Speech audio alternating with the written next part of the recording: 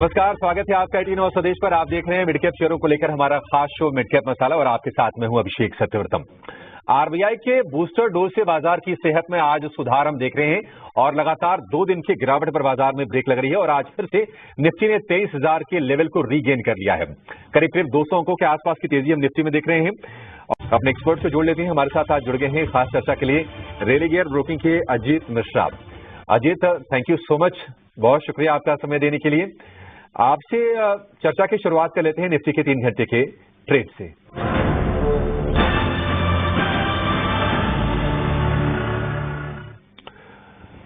अजय भाई, अच्छा लग रहा है आपको ये जो रिकवरी आई है? और इसमें काफी योगदान आरबीआई का है। आरबीआई ने जो बूस्टर डोज दिया है, ऐसा नहीं कि बाकी चीजों कोई सुधर गई हो। आपको कैसा फील हो रहा है और क्या एहसास हो रहा है कि ये तेजी टिक पाएगी? शुक्रिया अभिषेक। देखिए, यहाँ पे मार्केट की सिचुएशन जो कि कल शुरुआत हुई थी, पहला दिन था वीक का, और 2 वीक की एक रेंज बेसिकली जिसमें आप स्ट्रगल कर रहे थे या फिर आप ट्रेड कर रहे थे, जो भी आप कह लीजिए 23,400 का बैंड, उसको उसने ब्रेक किया था। 786 करीब 22,786 तक के लोज बने और आज हम एक थोड़ा सा रिस्पाइट देख रहे हैं। देखिए, मैं इस डिक्लाइन को 22,700 पे रुकता हुआ देख रहा था कि एटलीस्ट एक ब्रीदर वहां पे आना चाहिए। तो आप ऑलमोस्ट उन लेवल के पास पहुंच गए थे और आज के सेशन में हम एक रिस्पाइट देख रहे हैं थैंक्स टू बैंकिंग।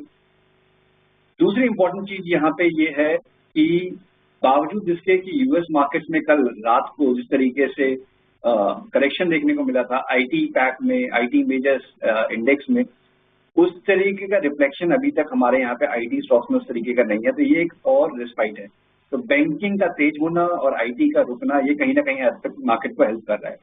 अब क्या ये रीबाउंड एक्सटेंड हो सकता है? बिल्कुल हो सकता है। ओवरसोल्ड पोजीशंस हैं बहुत, और जिस तरीके से आज स्ट्रेंथ दिख रही है खासतौर से बैंकिंग फाइनेंशियल्स में, बजाज फिंस के नंबर आने वाले हैं 2 दिनों में, तो वो एक इम्पोर्टेंट फैक्टर जरूर रहेगा। तो ये सारी चीजें देख के रिकवरी जरूर हो सकती है, बट कैश पे रिलाय किया जा सकता है। एक स्ट्रेंथ वाली चीज वो अभी थोड़ा सा जल्दी होगा। तो मेरे हिसाब से जो शॉर्ट साइड पे पोजिशनली बैठे हुए हैं उनको अभी जल्दी नहीं करना चाहिए। अब देखिए, आपका जो 20 EMA है वो करीब 23,330 के पास आ गया है। तो जब तक वो लेवल ब्रेक नहीं होते तब तक अभिषेक मेरे हिसाब से एक रीबाउंड, सस्टेन्ड रीबाउंड की इंडिकेशन नहीं होगी। तो जस्ट एक रिकवरी जो हमने अपने क्लाइंट्स को भी रिकमेंड किया कि 700 के पास आपका रिस्क रिवॉर्ड फेवरेबल नहीं है, तो यहाँ पे आप शॉर्ट नहीं करेंगे। बट 23,100 के जोन के पास वहां पे आप शॉर्टिंग की अपॉर्चुनिटी देख सकते हैं। तो एट करंट लेवल्स अभी आपको कुछ नहीं करना है। जिनके पास पोजीशन बाय एनी चांस कल की बाई की है, 23,100 के पास उनको प्रॉफिट बुक करना चाहिए। ठीक है, अभी कुछ नहीं करना है। अगर आपने पोजीशन ले रखी है 23,100 के आसपास, प्रॉफिट टेकिंग के बारे में तो सोचिए। और अगर आपने नहीं खरीदा है तो 23,100 के पास जब जाए तो वहां पर आप शॉर्ट के बारे में भी फिर विचार कर सकते हैं।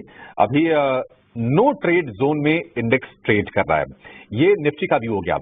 लेकिन अजीत, जरा एक बार आज निफ्टी बैंक के बारे में व्यू लेना जरूरी है, क्योंकि बहुत ही क्रूशियल एक्शन लिया है आरबीआई ने लिक्विडिटी प्रोवाइड करने के लिए। 3 अहम स्टेप हैं और उसके चलते 1.5 लाख करोड़ रुपए की लिक्विडिटी सिस्टम में आएगी।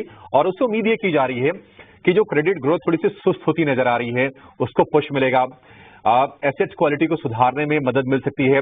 और कुछ एक्सपर्ट्स ये भी मान रहे हैं कि अगले महीने जो आरबीआई की पॉलिसी है, शायद एक थोड़ी सी ग्रीम सी ही संभावना, धीमी सी ही संभावना, लेकिन संभावना बन रही है रेट कट को लेकर। ऐसी चर्चाएं हैं, कुछ एक्सपर्ट्स मान रहे हैं। आप जरा बताइए निफ्टी बैंक को लेकर क्या भी होगा? क्या इस तेजी के बाद तो थोड़े से और तेजी यहां से बनते हुए देख सकते हैं? बिल्कुल अभिषेक, देखिए यहाँ पे अगर मैं कहूँ कि 2 सेक्टर जिनकी वजह से आपको इंडेक्स में उस तरीके का डैमेज लास्ट 2 वीक्स में नहीं दिखा, वो बैंकिंग और आईटी रहे हैं। यहाँ पे आपको कंसोलिडेशन का टोन ही दिख रहा है, बट जी की ओवरऑल टोन नेगेटिव है, यहाँ पे भी वो अलाइंड है। बट पिछले 2 हफ्ते से अगर आप देखेंगे तो एक रेंज बाउंड आपको बायस नजर आ रहा है। बट यहाँ पे 20 EMA करीब 49,300 के पास है। 49,500 लास्ट वीक का हाई था। इन लेवल को क्रॉस करना, सस्टेन करना, थोड़ा सा मेरे को लगता है कि यहाँ पे आपको एक पॉज देखने को मिल सकता है। तो उन लेवल्स के पास पे दोबारा से एक प्रॉफिट टेकिंग की ही मेरी रिकमेंडेशन होगी। बट यस, निफ्टी के कंपैरिजन में अगर मैं कहूँ तो कंपैरेटिवली बैंकिंग का स्ट्रक्चर बेटर है, तो यहाँ शॉर्टिंग की रिकमेंडेशन नहीं होगी जब तक कि कोई क्लियर साइन ऑफ रिवर्जन यहाँ से नहीं दिखते हैं। तो यहाँ पे रिबाउंड को डेफिनेटली आप एक्सटेंड होते हुए देख सकते हैं। इनफैक्ट अगर आपके पास कोई पोजीशन है 48,800 के स्टॉप लॉस के साथ, आप बने रहिए। 48,800 के स्टॉप लॉस के साथ बने रहिए, इसमें शॉर्ट करने की सलाह नहीं है। अच्छा ध्यान दीजिए, मतलब बाजार का जो अंडरटोन है थोड़ा सा कमजोर जरूर रहा है, लेकिन एचडीएफसी बैंक, आईसीआईसीआई बैंक, इनके नतीजे अच्छे आए हैं और हमने देखा भी था एचडीएफसी बैंक के जब नतीजे आए थे ये शेयर चला भी था। आईसीआईसीआई बैंक में भी थोड़ी सी लोअर लेवल से स्ट्रेंथ बनी है, 49,000 के ऊपर है, तेजी की पोजीशन है तो बने रहिए। थोड़ी सी तेजी और एक्सटेंड होती हुई दिख सकती है। आज 2% का बढ़िया उछाल, 1000 अंकों की रफ्तार हम निफ्टी बैंक में फिर से देख रहे हैं। लेकिन अजीत ये बताइए कि आपके स्टॉक्स कौन से हैं, क्या ट्रेड करना है अभी? देखिए, कल इनके रिजल्ट्स हैं बजाज फाइनेंस के, और अगर आप देखेंगे अभिषेक तो दोनों ही स्टॉक जो बजाज फाइनेंस हैं ऑलमोस्ट करीब 2.5-3 साल हो गए इनको एक ब्रॉडर रेंज में ट्रेड करते हुए। और इस तरीके की मार्केट में जहां तक कि आपको नहीं पता कि कल का सेशन किस तरीके का होने वाला है, जो भी स्टॉक्स अपने टाइट रेंज में कंसोलिडेट करे हैं जहां पे कि आपको बहुत मल्टीपल सपोर्ट देखने को मिलते हैं हर डिप पे, उस तरीके के स्टॉक्स में रहिए अगर आप बाय साइड की पोजीशन ढूंढ रहे हैं। अब बिफोर द नंबर्स इस तरीके का प्राइस एक्शन जिस तरीके से हम देखने को मिल रहा है, हो सकता है कि आपको और पॉजिटिव होता नजर आए, बट एग्रेसिव पोजीशनिंग मत रखिए कि कल नंबर्स हैं। बट 7850 तक के लेवल्स यहाँ पे एंटिसिपेटेड है कि जल्दी आपको देखने को मिल सकते हैं। 7400 का एक स्टॉप लॉस रहेगा बजाज फाइनेंस में। वहीं पे टाइटन नेगेटिव साइड पे स्टॉक एक मेजर कंसोलिडेशन में है। हाल फिलहाल में अपने लॉन्ग टर्म एवरेजेस को रिक्लेम करने की कोशिश की, वहां पे अनसक्सेसफुल रहा और एक शॉर्टिंग पिवट फॉर्म किया है। तो यहाँ नियर टर्म में करीब 3220 तक के लेवल दोबारा से देखने को मिल सकते हैं। तो यहाँ पे 3410 के स्टॉप लॉस के साथ आप शॉर्ट पोजीशन बना सकते हैं। परफेक्ट, एक बाई है एक सेल है और बजाज फाइनेंस में स्ट्रेंथ बढ़ते हुए देख रहे हैं। हम देख रहे हैं कि आज आरबीआई के एक्शन के चलते, क्योंकि देखिए क्या है ना कि ये कंपनीज क्या करती हैं, इनका धंधा क्या है, ये बैंक से पैसे बोरो करती हैं और फिर आगे क्रेडिट एक्सटेंड करती हैं। तो ये इस लिक्विडिटी के बाद थोड़ी सी चीजें इजी हो जाएंगी इनके लिए भी और यहाँ से थोड़ी सी ग्रोथ बढ़ती हुई दिखेगी। बजट में अगर कंजम्पशन को बूस्ट करने पर कुछ मेजर्स आगे, मान लीजिए टैक्स कट आ जाता है या फिर सरकार की तरफ से कोई और फैसला आ जाता है, तो निश्चित तौर पर वो भी इन कंपनीज के लिए आगे ट्रिगर का काम जरूर करेगा। टाइटन में बिकवाली की सलाह है, दोनों के दोनों जो शेयर हैं इंडेक्स के ही पार्ट है जिस पर आपको जीतने राय दी है। अब एक काम करते हैं, मिड कैप में आज कहां पर तेज रफ्तार हम देख रहे हैं, उन शेयरों की सूची लेकर आइए। Bank of India, Mazagon Dock, Godrej Properties, IDFC First Bank, इन शेयरों में आज हम तेजी बनते हुए देख रहे हैं। और अगर हम गिरने वाले शेयरों की बात करें तो CG power, Dixon Tech, Biocon और बीएससी, ये गिरने वाले शेयरों की सूची में ये सारे के सारे शेयर शामिल हैं। एक बार जरा व्यू लेंगे आपसे अजीत, गोदरेज प्रॉपर्टीज को लेकर कैसा लग रहा है इसका स्ट्रक्चर? हालांकि देखिए सारे के सारे जो रियल एस्टेट स्टॉक्स हैं ऊपरी स्तरों से गिरावट के शिकार हुए हैं, जो भी रेट सेंसिटिव हैं, चाहे वो रियल एस्टेट हो, ऑटो हो, लोअर लेवल से थोड़ी सी स्ट्रेंथ लौटते हुए हम देख रहे हैं। कितना यकीन करें गोदरेज प्रॉपर्टीज पर? बिल्कुल अभिषेक, देखिए मैं आज ये भी इवेलुएट कर रहा था कि कितना डैमेज ऑलरेडी हम फेस कर चुके हैं अक्रॉस दी बोर्ड। तो अगर आप निफ्टी मिड कैप इंडेक्स को देखेंगे तो करीब 16% का करेक्शन आपने रिकॉर्ड हाई से देख लिया है निफ्टी मिड कैप इंडेक्स में। वहीं पे स्मॉल कैप इंडेक्स आपका 20% से ज्यादा का करेक्शन कर चुका है। तो मुझे लगता है कि इन लेवल से थोड़ा बहुत आपको ओवरसोल्ड पोजीशन की वजह से रीबाउंड जरूर देखने को मिलेगा। और reality as a basket last week के अंडर परफॉर्मर रहे, करीब 9.5% के कट थे।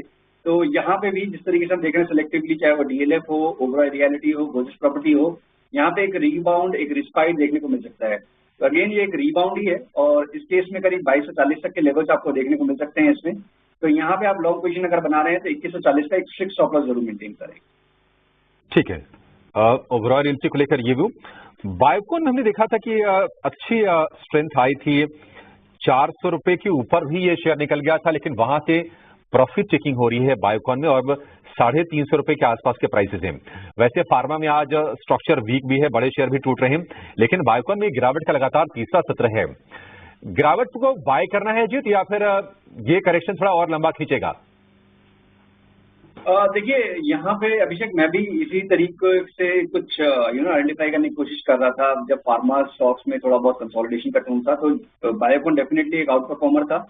बट पिछले 3-4 दिन से जिस तरीके से करेक्शन आया है और फार्मा इंडेक्स में एक फ्रेश ब्रेकडाउन आया है, इसके बाद से मुझे लगता है थोड़ा सा यहाँ पे अभी आपको रिफ्रेन करना चाहिए कोई भी एग्रेसिव लॉन्ग पोजीशन के लिए। तो in fact pharma is entire basket अभी आपको अवॉइड करना चाहिए, क्योंकि ग्रैनुअल्स, बायोकॉन जो भी स्टॉक्स अभी तक स्ट्रेंथ दिखा रहे थे वहां पे आप करेक्शन देखने को मिल रही है। तो हो सकता है कि आने वाले दिनों में करेक्शन और गहरा जाए। तो जिनके पास एग्जिस्टिंग कोई पोजीशन है, बेटर रहेगा कोई भी रिबाउंड मिलता है एग्जिस्ट करने के बारे में सोचें। ठीक है, रिबाउंड पर आप एग्जिट करने के बारे में सोचिए। बायोकॉन से 357 रुपए के आसपास के प्राइसेस हैं। जब इनकी मलेशिया यूनिट को लेकर अच्छी खबरें आई थी बायोकॉन बायोलॉजिक्स के, उनको क्लीन चिट मिली थी यूएसएफडीए से, उसके चलते शेयर चला था, लेकिन फिर से घूम फिर के 350 रुपए के आसपास इसके भाव आ गए हैं। तो एग्जिट ऑन राइज की रणनीति आपके लिए बायोकॉन में। एक छोटे से ब्रेक के लिए रुकेंगे और ब्रेक के बाद जब लौटेंगे तो ऑप्शंस की एक बढ़िया रणनीति आपको बताएंगे। आपको ये भी बताएंगे कि ये बैंकिंग फाइनेंशियल शेयर क्यों चल रहे हैं, जो आरबीआई ने 3 स्टेप्स जो लिए हैं उनके मायने क्या हैं। शब्द तो आपने सुन लिया, लेकिन उनके असल मायने क्या है, इस पर भी फोकस करेंगे और एक निवेश के लिए मिड कैप का मारुति शेयर भी लेकर आएंगे। आप नहीं जाएगा नहीं।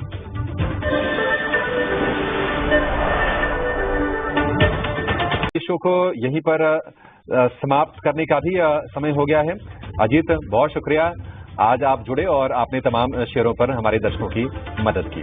फिलहाल इस शो को यहीं पर समाप्त करेंगे। एक छोटे से ब्रेक के बाद मानसी आपके साथ जुड़ेंगी कॉर्पोरेट कनेक्शंस लेकर। आप नहीं जाइएगा नहीं। नमस्कार।